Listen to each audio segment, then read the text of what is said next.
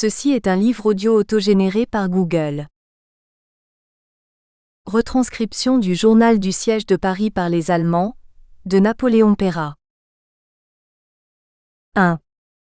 Au nom du Père, du Fils et du Saint-Esprit, un seul Dieu miséricordieux et consolateur qui, pour le châtiment de nos péchés, a infligé cette humiliation et cette désolation à la France. Amen. 2. Moi, Napoléon Pérat, pasteur de l'Église réformée de Saint-Germain-en-Laye, je commence ce journal des douleurs de ma patrie. 3.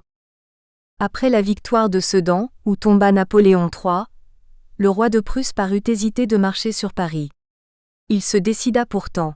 De grosses pluies ralentirent ses mouvements, ses éclaireurs arrivèrent le 15 septembre dans les environs de Vincennes. 4. C'était la colonne du prince royal qui descendait par la Marne. Une autre était attendue par la vallée de l'Oise. On coupa les ponts de Poissy, de Maisons, pour couvrir Saint-Germain. On trancha les routes et l'on abattit tout en travers les grands arbres de la forêt qui tombaient avec de longs gémissements. 5. En avant de Saint-Germain, on brûla le pont du Pec qui était en bois, et l'on fit sauter celui de Bougival qui était en fer. Ceux de Chatou et d'Asnières eurent le même sort. On incendia les forêts au levant de Paris. Ces pauvres ponts avec leurs moignons noircis ressemblaient à des soldats mutilés. 6. C'est par le plus clair et brillant soleil d'automne que se firent ces lugubres apprêts du combat. Le 15 et la nuit d'avant, on entendit vers l'est une vague et lointaine canonnade. D'ailleurs toutes les oreilles étaient remplies du canon prussien. Paris complétait son armement par le fort de Montretout, qui domine Saint-Cloud et le bois de Boulogne. 7. Paris offrait le spectacle le plus extraordinaire. Le bois de Boulogne était comme une petite Suisse. 50 000 bœufs et 100 000 moutons erraient au bord des lacs, sur les rochers, dans les grottes. Le jardin des Tuileries était un parc d'artillerie, et le palais, d'où la monarchie était bannie, une ambulance de blessés. Pas de femmes mais des hommes, des soldats, des tentes sur les boulevards. Paris offrait l'image d'un immense camp. 300 000 hommes armés étaient réunis dans ses murailles. Les milliers de canons hérissaient ses forts, ses bastions. Une flottille de guerre sillonnait la Seine et ses affluents. Le général Trochu était commandant de toutes les forces de Paris. 8. Ce général était breton. On le disait pétri de granit armoricain. C'était un caractère. Aussi fut-il comme disgracié sous Napoléon III et mis à la tête de la défense de Paris. Ce gouvernement républicain, surgi par un coup d'État, et sous la pression du peuple n'était composé que des représentants de Paris. Paris alors c'était la France. Jules Favre en était l'honneur. Il inaugura la République par un habile, noble et fier manifeste au roi d'Europe. Son éloquente harangue était digne de la France. La France, disait-il, veut la paix. Mais nous ne céderons pas au roi de Prusse ni un pouce de notre territoire, ni une pierre de nos forteresses. 9. Ce noble langage fut tout d'abord accueilli par les États-Unis. La Suisse, l'Italie, l'Espagne imitèrent la grande République américaine. C'étaient les nations de race latine. L'Autriche était encore brisée du coup de tonnerre de Sadower. L'Angleterre, retenue par l'intérêt anglo-saxon, se recoquillait égoïstement dans son île. La Russie armait, mais moins pour aider la France que pour envahir l'Orient. Monsieur Thiers partit en vain pour réveiller en notre faveur les cabinets de Londres, Vienne et Saint-Pétersbourg. 10. La France donc resta seule, car elle n'avait pour elle que la sympathie des vaincus, des États faibles de l'Europe et de l'Amérique séparés par l'océan. 500 000 Allemands s'avançaient sur Paris en 2 énormes corps d'armée. La colonne de la Marne obliqua dans la vallée de la Seine, passa ce fleuve vers Charenton, et exécuta un mouvement tournant dans la direction de Versailles.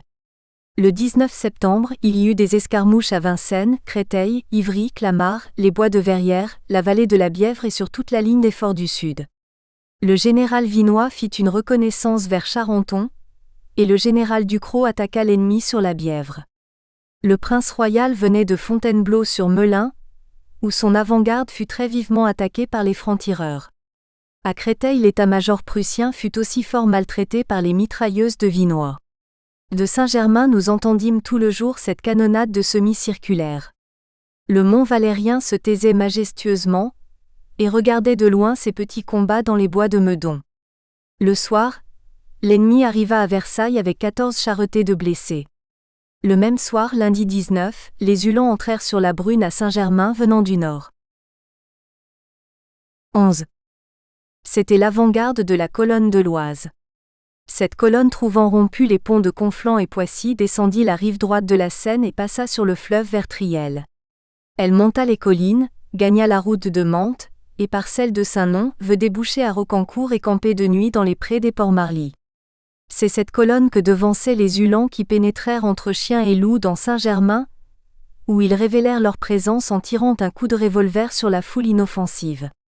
Un garde national dont le fusil n'était pas chargé, répondit à cette brutalité par un coup de baïonnette qui blessa le Prussien.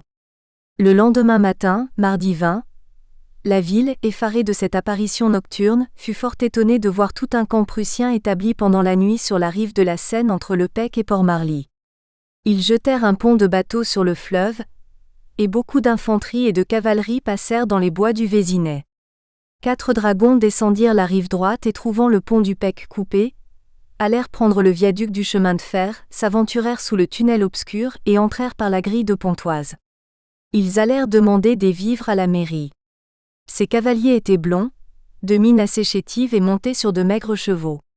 Mais ils éclairent admirablement la marche des colonnes rôdant comme des chiens de berger, qui font la garde du troupeau. 12. Ces éclaireurs annoncèrent l'arrivée d'un corps qui parut effectivement sur le soir. Il était commandé par un officier à truffe de bouledogue. Il désarma les gardes nationaux, réclama celui qui la veille avait donné le coup de baïonnette et en arrêta un autre qui portait un petit revolver. Il savait que toute résistance était défendue, et que la municipalité avait fait enterrer la poudre au cimetière. Notre lâcheté redoublait son audace. Il exigea que les tranchées creusées sur la route fussent comblées par les habitants. Ce Tartare se rendit à la mairie. Son avant-garde n'avait demandé que des vivres pacifiquement. Le chef imposa une réquisition de 100 000 farades, et comme on lui remontrait la difficulté de collecter cette somme énorme à cette heure tardive, et dans une ville à demi déserte, il tira sa montre et farouchement déclara que si dans une heure on ne lui avait pas compté cet argent, il ferait bombarder Saint-Germain. Avec la meilleure volonté du monde, on n'en put recueillir environ que la moitié, mais comme l'argent n'arrivait pas, le temps expirait, ce vandale commanda le bombardement. Son artillerie était braquée sur les hauteurs de Monte-Cristo. Elle lance 2 bombes et 2 fusées incendiaires sur Saint-Germain. Il était 9 heures, et déjà nuit. Nos voisins virent le sillon de feu, et de ma fenêtre, j'en sentis sur ma figure le souffle et le sifflement. Les éclats crevèrent le toit de l'église et ébréchèrent une cheminée à l'hôtel de Metz, rue de l'Aigle d'Or. Une femme malade de cette maison en mourut de saisissement. La ville était sous la terreur. La mairie députa 2 de ses conseillers vers ce roi des Huns. Il arrêta le feu, mais exigea 2 otages comme nantissement. Le lendemain matin, quand on lui porta l'argent, il n'était plus à Marly, et suivi des otages, avait disparu dans les bois. On a remarqué que les pauvres et les marchands furent plus empressés que les riches et les nobles à sauver par leurs sacrifices leur ville de la destruction. Et cependant cette ville plèbe fraternisait scandaleusement dans les cabarets avec les Prussiens. 13. Un général était annoncé pour le lendemain, mercredi 21. Il vint par la route de Mantes, et entra dans Saint-Germain précédé et suivi par des soldats chantant à demi-voix leur hymne national. Cette psalmodie guerrière était bien lugubre à des cœurs français. Il se rendit à l'hôtel de ville, où il apprit la réquisition la veille et la tentative de bombardement. Il désavoua cette brutalité. Il la rejeta sur cet officier subalterne. Il paraît que ce rançonneur n'était qu'une sorte de corsaire d'armée et de flibustier de terre. Ce reître avait pourtant été approuvé par un général Schmitt qui commandait au Port-Marly, et qui avait la réputation d'un homme de proie. Le nouveau général s'établit à Saint-Germain, au pavillon Henri IV et se chargea d'arranger l'affaire de la réquisition et des otages. Les officiers allemands avaient évidemment peur de passer pour des barbares. Ce même jour, un capitaine de génie, distingué de sa personne, avec une figure plate mal plantée de barbe lisse et rouge, vint au château visiter le musée gallo-romain. Il se plaignit de la réputation de barbarie que l'on faisait de l'armée prussienne. On lui répondit en citant l'exemple tout fumant encore du bombardement et de la réquisition de 100 000 f. Cet officier qui semblait honnête en parut confus et devint pourpre comme une pivoine. Il rejeta le tort sur les Bavarois, qui sont des traînards de la civilisation allemande. Les Prussiens, pour n'être pas des barbares, ont remplacé le pillage par la réquisition qui n'est qu'un pillage organisé et une déprédation savante. À cela près, les Allemands se sont conduits jusqu'ici dans Saint-Germain comme des hommes civilisés, sans crainte ni arrogance, mais avec un incroyable sans-façon, se regardant comme chez eux en pays conquis et sans trop abuser de l'ivresse de leur prodigieuse victoire. Les soldats nous ont paru massifs et mal bâtis, on eût dit des Auvergnats blonds. Les officiers sont en général distingués, quelques-uns d'une suprême élégance montant avec grâce des chevaux légers comme le zéphyr. 14. C'est au général de Redern que Saint-Germain doit sa tranquillité relative. Mais au Pec, le faubourg de Saint-Germain en a pillé. Une rixe a éclaté entre les soldats et les bourgeois. Le maire et le curé intervenants ont été maltraités. Le prêtre a eu sa soutane fendue du haut en bas par un coup de sabre. Ils ont achevé de brûler le tablier du pont, par fantaisie et amusement de destruction, de sorte qu'il n'en reste plus que les piles au milieu du fleuve attristé. Dans la campagne c'est pis encore ? Les Prussiens enlèvent les vaches, les moutons, les porcs, chargent sur des chariots les blés, les avoines, les légumes, quelquefois même le pain des fermiers et forcent les paysans de conduire au camp voisin la récolte enlevée avec leurs propres chevaux, qui souvent font aussi partie du butin. À Mézières, près d'Épône, ils auraient incendié le village. D'autres disent que les cultivateurs auraient eux-mêmes mis le feu à leurs gerbiers pour les dérober à l'ennemi, et que la flamme a dévoré les maisons. Rueil a été plus brave que Saint-Germain. Les gardes nationaux tirèrent sur les Uhlans et en tuèrent 2. Le lendemain, les Prussiens revinrent en force et saisissent 4 gardes nationaux. Ils les emmenèrent au Chesnay, près de Versailles, et les y passèrent par les armes. Les otages de Saint-Germain se trouvaient alors au Chesnay. Ils ont raconté que les Prussiens les enfermèrent dans une chambre à part, qu'ils ne fussent pas témoins de l'exécution, et que même ils enivrèrent leurs victimes avant de les abattre sous des balles. Était-ce commisération ? Était-ce un jeu barbare ? Quoi qu'il en soit, ces malheureux étaient couverts par la loi martiale qui veut que tout Français défendant son pays soit considéré comme un soldat. Le jeudi 22, un aérostat parti de Paris passa sur Saint-Germain. Il répandait des billets imprimés avec cette adresse : Nadal, boulevard Bonne Nouvelle. Or, comme cet aéronaute demeure boulevard des Italiens, on en conclut que c'était une manière détournée d'annoncer à la banlieue les bonnes nouvelles de Paris. La canonnade grondait toujours vers les forts du Sud. Les Prussiens auraient perdu beaucoup de monde à l'attaque du fort de Montrouge. On racontait qu'ils avaient été hachés par un nouvel engin, les mitrailleuses avant, et effarés de leurs ravages silencieux. D'autres billets également mystérieux ont été jetés par d'autres aéronautes. 15. Le vendredi 23 vint le duc von de Saxe-Cobourg, grand et gros bonhomme de figure commune avec un œil de bonhomie allemande, en tunique de couleur sombre et casquette blanche à lisière jaune. Le prince visita le château, le musée et les antiquités gallo-romaines. Il salua les dames de l'ambulance occupées à faire des bandes et de la charpie pour les blessés. Il remarqua que les travaux de restauration du château étaient suspendus. Il est à désirer, dit-il, qu'il soit achevé après la guerre. Ce mot parut un augure de paix. Le dimanche 25, le prince royal de Prusse campé à Versailles vint se promener à Saint-Germain. Il ne parut qu'un instant sur la terrasse et au pavillon Henri IV. Ce prince est très haut de taille et de caractère très hautain. Au mois de janvier précédent, il était venu avec sa femme la princesse Victoria d'Angleterre visiter le musée de Saint-Germain. Monsieur de Mortillet, sous-directeur du musée, leur montra les antiquités. Mais monseigneur, lui dit-il, vous avez de fort belles choses en Allemagne. Ce sont les vases de Cologne. Et Cologne devrait nous donner une copie, car ces vases sont un peu à nous, puisqu'ils viennent des Gaules. Le prince ne comprit pas l'antiquaire, et suivant son idée fixe, sa constante préoccupation politique. Ah, s'écria-t-il, la rive du Rhin. C'est cette funeste pensée qui était cause de nos malheurs actuels. Le prince se montra fier et rogue à l'allemande envers le savant. La princesse s'en aperçut et pour effacer cette faroucherie, redoubla de grâce et d'affabilité. Cette princesse est une fort belle femme et ressemble beaucoup à son père le prince Albert. Nous l'avions vue 15 ans auparavant, lorsque la reine d'Angleterre vint visiter l'empereur Napoléon. Quant à cette fatale rive du Rhin, les Allemands ne disent jamais que ce fleuve était la limite de la Gaule, et qu'ils retiennent la Franconie berceau germanique de la France. 16. Un très grand nombre d'officiers allemands vinrent le même jour, 25 septembre, se promener à Saint-Germain, car le temps est d'une désolante et implacable sérénité et le soleil semble un confédéré du roi Guillaume, tant il favorise l'invasion. C'est évidemment un corps d'élite qui campe à Saint-Germain et à Versailles. Les officiers sont très jeunes, la plupart imberbes, et généralement distingués. On voit qu'ils appartiennent à la noblesse. Ils sont simples et graves et sans fatuité. Ils semblent avoir des qualités moins brillantes et plus solides que nos Français. Ils doivent être aussi plus studieux et mieux instruits. Nos officiers ne sont trop souvent que des piliers de café et des colonnes fumantes d'estaminet. Je crains que notre démocratie militaire ne soit inférieure à l'aristocratie allemande. En revanche, nos sous-officiers et nos soldats ont plus de gentillesse guerrière et de désinvolture martiale.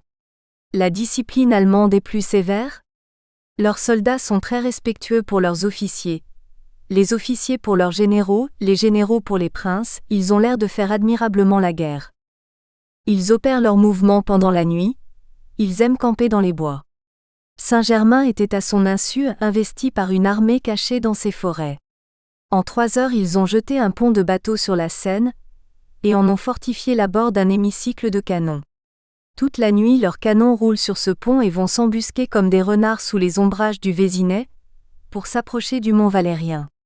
Ils ont voulu jeter un second pont à Chatou, mais la forteresse avec son phare électrique qui répand à 2 lieues alentour un jour éblouissant, les a vus dans l'obscurité posant leurs chevalets, et les a 2 ou 3 fois foudroyés. Ils appellent le mont Valérien la Petite Ferme, parce que, avec sa ceinture marquée de canons muets et de mitrailleuses assoupies, la formidable citadelle donne des airs innocents de maisons rustiques. 17. On dit que le vandale qui a fait bombarder Saint-Germain a été tué, en jetant un pont à Chatou, d'un boulet du mont Valérien. On dit qu'il y a à Versailles 4 ou 5 000 blessés prussiens. Après un combat, leur premier soin est d'enterrer leurs morts, le second c'est de dérober leurs blessés. Ils n'en laissent venir aucun dans les ambulances françaises. On dit que ces blessés viennent de leurs combats malheureux autour de Paris, et principalement de l'attaque du fort de Montretout qui domine Saint-Cloud. Montretout secondé par son vaillant compagnon, le mont Valérien leur aurait fait éprouver des pertes énormes, les mitrailleuses à vapeur auraient silencieusement comblé les fossés de cadavres. On dit que pour assister à la prise du mont Valérien, le roi des forts de Paris, le roi Guillaume doit venir s'établir à Saint-Germain. Il habiterait la villa moyennade où il pourrait en plein voir l'attaque de la valeureuse forteresse, dont la terrible placidité trouble le sommeil des ingénieurs prussiens. Le roi viendrait avec ses 2 grands lieutenants, les comtes de Bismarck et de Moltke qui représentent, l'un la politique machiavélique, l'autre la stratégie savante, ensemble le génie envahisseur du grand Frédéric. 18. Paris a envoyé ses 2 grands chefs, Favre et Trochu, pour traiter de la paix avec le roi de Prusse. Favre d'abord s'est abouché avec M. de Bismarck au château de Ferrières, qui est au baron de Rothschild et qu'habite le monarque. Guillaume et son ministre ne veulent pas traiter avec le gouvernement républicain, veulent prendre et réquisitionner Paris et garder l'Alsace et la Lorraine et des lambeaux encore des provinces occidentales. Favre, indigné d'une si âpre rapacité, s'est retiré en la dénonçant aux puissances de l'Europe et en déclarant que le roi Guillaume était responsable des fleuves de sang qui allaient être versés autour de la capitale de la France. Favre trouvait juste d'accorder au roi de Prusse attaqué par Napoléon une indemnité de quelques milliards, sans céder ni un pouce de notre territoire ni une pierre de nos forteresses. Mais Trochu, quelques jours après, n'aurait offert au rapace monarque que le libre retour en Allemagne, sans être inquiété dans sa retraite par la France du Sud qui accourt pour venger le Nord et délivrer la métropole. Cette offre, si elle est vraie, est généreuse et superbe. Cela sent le romain. Mais que le midi tarde à se lever. 19. Eugénie. Eugénie a adressé au roi de Prusse une lettre moins éloquente, mais plus évangélique, celle de l'évêque d'Orléans, et dans laquelle elle dit au pieux monarque que sa guerre sera le triomphe de l'impiété, et fera reculer le christianisme d'un quart de siècle. Ma femme voulut porter elle-même son épître au prince royal campé à Versailles. Son brassard au bras, elle partit bravement à pied puisqu'il n'y avait plus de voiture. Nous allâmes, Léon et moi, l'accompagner jusqu'à Louvciennes. Le temps est toujours d'une incomparable et désolante beauté. Le cœur s'attriste de cette insensible et ironique sérénité du soleil. Nous traversions le plus magnifique pays du monde, mais partout des sentinelles, des patrouilles allemandes, des camps ennemis, des arbres abattus, des maisons ravagées, des forêts incendiées, l'image de la guerre, de la ruine et de la mort flottante sur cet Éden. Nous quittâmes Eugénie aux arcades de Marly. Elle continua solette et courageuse à travers la haute plaine. Arrivée à la descente de Rocancourt, une sentinelle sortit de sa guérite et lui barra le passage en mettant son mousquet en travers. Elle eut beau montrer son brassard et sa croix rouge, le soldat fut inexorable et répondit toujours avec une inaltérable placidité, « Naïn. Naïn. » Force fut donc de s'en retourner la tête basse, et le cœur triste de n'avoir pu remettre son épître au prince royal. Mais revenu aux arcades, une autre vedette qu'il avait laissée passer une heure auparavant lui ferme le retour, de sorte que notre pieuse aventurière ne peut se rendre ni à Versailles ni à Saint-Germain. Cependant ce brave teuton comprit enfin qu'une chrétienne ne peut coucher, quoiqu'en temps de guerre, ni dans les bois ni dans l'aqueduc de Marly. Il la laissa donc revenir, et nous fûmes aussi surpris qu'enchantés de la voir rentrer le soir au presbytère de Saint-Germain lorsqu'elle devait passer la nuit chez nos amis de Versailles. Le lendemain, mardi 4 octobre, Eugénie se remit en route, mais cette fois munie d'un sauf-conduit avec une bonne calèche et accompagnée de son fils. Arrivée à Versailles, elle se rendit chez notre pieuse et hospitalière amie Mad. Jean-André. Quel ne fut pas son étonnement en apprenant cette dame s'était enfuie dans le Berry et que sa magnifique villa des Ombrages était occupée par le prince de Prusse. La paisible et patriarcale demeure était remplie d'officiers, de soldats et de chevaux. À quelque chose pourtant malheur est bon. Elle tira de sa poche son évangélique missive, et un laquais se chargea de la mettre sous le couvert du prince qui allait se mettre à table pour son repas de midi.